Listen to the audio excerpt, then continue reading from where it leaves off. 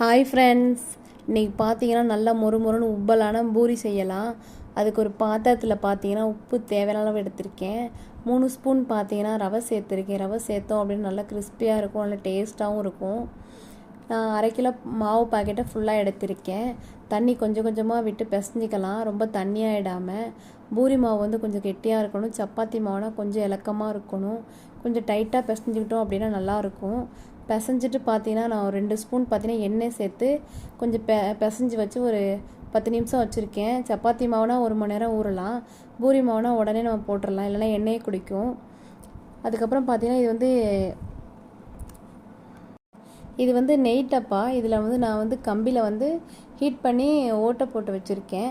இதில் வந்து இந்த டப்பாவில் நம்ம கோதுமை மாவை கொட்டி வச்சு நம்ம தேய்க்கிறப்ப யூஸ் பண்ணிட்டோம் அப்படின்னா கீழேலாம் மாவு சிந்தாது, வேஸ்ட் ஆகாது. கிண்ணத்தில் இப்போ வேறு எதுலேயும் வச்சுருந்தா வேஸ்ட் ஆகும். இதெல்லாம் நம்ம வந்து நம்ம தேவையான அளவு கொட்டிக்கலாம். எண்ணெயை வந்து நான் ஹீட் பண்ணி வச்சுருக்கேன்.